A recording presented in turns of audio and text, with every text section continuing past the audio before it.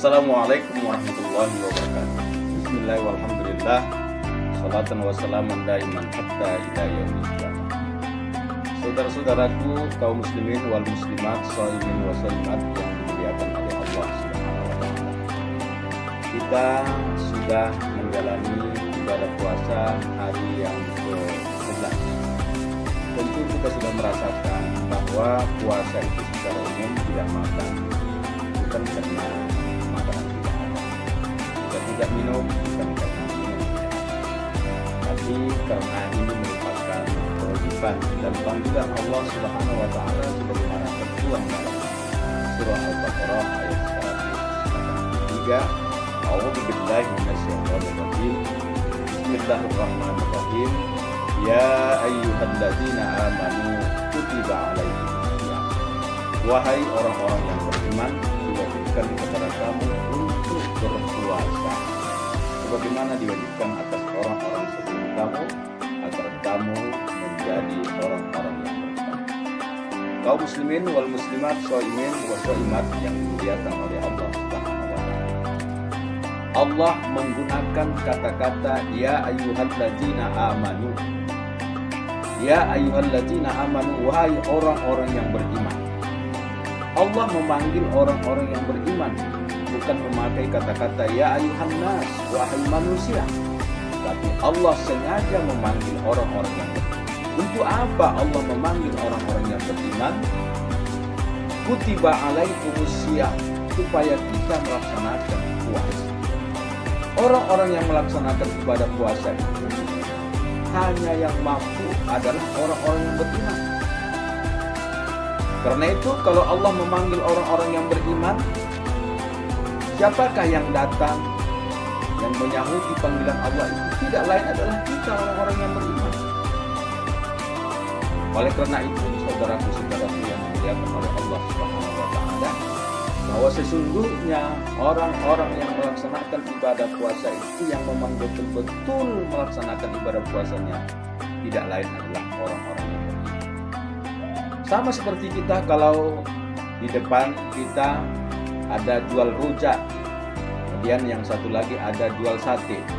Kita pingin dan yang kita panggil adalah jual sate. Siapakah yang datang? Tentu dalam hal ini adalah jual sate. Jual sate yang datang. Wahai sate, sini. Aku mau beli satenya. Dalam hal inilah, begitulah Allah memanggil orang-orang yang beriman. Kenapa kita dipanggil oleh Allah orang-orang yang beriman ini?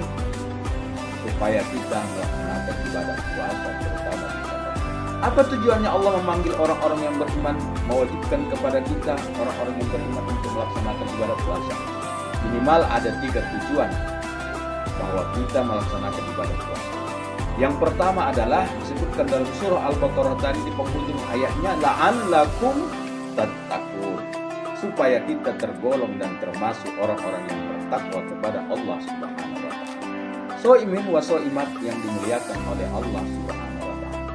Orang-orang yang bertakwa inilah yang membedakan di antara sesama umat muslim. Orang-orang yang bertakwa inilah yang membedakan di antara sesama manusia. Apa kata Allah di ayat yang lain? Bahwa orang-orang yang bertakwa itulah yang paling mulia di sisi Allah. Inna akramakum indallahi atqakum. Hanya orang-orang yang bertakwalah yang dimuliakan oleh Allah Subhanahu wa taala. Saudara-saudaraku, shaimin wa shaimat yang dimuliakan oleh Allah Subhanahu wa taala. Kemudian kalau kita mengartikan bahwa orang-orang yang bertakwa itu adalah orang-orang yang senantiasa melaksanakan perintah Allah, orang-orang yang meninggalkan larangan-larangan Allah. Kaum muslimin wal muslimat, shaimin wa shaimat yang dimuliakan oleh Allah Subhanahu wa taala. Maka bulan Ramadan adalah merupakan bulan riyadhah, bulan latihan kepada kita untuk meninggalkan hal-hal yang dilarang oleh Allah Subhanahu wa taala. Kemudian kita menjalankan berbagai macam amal ibadah di bulan Ramadan. Inilah salah satu tujuannya Allah mewajibkan kepada kita untuk melaksanakan ibadah puasa ini, supaya kita tergolong dan termasuk orang-orang yang Kemudian tujuan yang kedua adalah la'allakum tashkurun. Kita temukan dalam surah Al-Baqarah ayat 185. Betapa banyak sudah nikmat yang sudah diberikan oleh Allah kepada kita. Tak bisa kita hitung berapa jumlahnya, berapa nilainya. Mulai kita bangun dari tempat tidur, lalu kita beraktivitas, kemudian kembali lagi kita ke tempat tidur. Begitulah banyaknya nikmat Allah, tidak bisa kita hitung. Allah menyatakan di Al-Quran, wa in ta'uddu nikmatallah la tuhsuha. Kalau kamu menghitung nikmat Allah satu persatu, walaupun memakai alat yang canggih, niscaya kamu tidak akan bisa menghitung. Begitulah nikmat Allah yang diberikan kepada kita dan kita rasakan. Pantaslah dan wajarlah kita mensyukuri. Karena Allah mengatakan kalau kita ingin bertambah nikmat itu lagi, kita harus bersyukur. Dan itu adalah janji Allah. La in sakartum la azidannakum wa la in kafartum inna adzabi lasyadid. Kalau kamu bersyukur kepada Allah, niscaya nikmat yang sudah kuberikan kepada kamu, kata Allah, akan kutambah lagi. Sekarang tergantung kepada kita, mau bertambah nikmat Allah itu atau tidak. Bertambah berkah nikmat itu, maka harus kita syukuri. Janji Allah pun demikian. Kalau kamu bersyukur, maka Allah akan tambah nikmat. Saudara-saudaraku yang dimuliakan oleh Allah Subhanahu wa taala, shaimin wa shaimat yang sedang menjalankan ibadah puasa di bulan Ramadan. Kemudian tujuan yang ketiga adalah dalam surah Al-Baqarah ayat 186, la'allahum yarshudun. Supaya kamu termasuk orang-orang yang cerdik, orang-orang yang pandai, orang-orang yang pintar. Orang-orang yang pintar, orang-orang yang cerdik, orang-orang yang bijaksana, dia akan tahu bahwa bulan Ramadan adalah sebagai bulan pengampunan. Dia menyadari betapa banyak dosa dan kesalahannya. Kadangkala yang Allah suruh, dia tinggalkan. Yang Allah larang, dia kerjakan. Itulah yang mendatangkan dosa kepada kita. Kesempatan bagi kita di bulan suci Ramadan ini, bagaimana dosa dan kesalahan kita itu diampunkan oleh Allah Subhanahu wa taala. Inilah kesempatan, peluang yang sangat besar selama bulan Ramadan ini kita jadikan sebagai bulan pengampunan, agar Allah Subhanahu wa taala mengampunkan segala dosa-dosa kita. Jangan kita merasa bersih hidup ini, bahwa manusia tidak terlepas daripada dosa dan kesalahan yang dia lakukan. Karena itu, orang-orang yang memanfaatkan bulan suci Ramadan adalah sebagai bulan pengampunan, bulan maghfirahnya Allah Subhanahu wa taala. Mari kita perbanyak istighfar kita kepada Allah Subhanahu wa taala.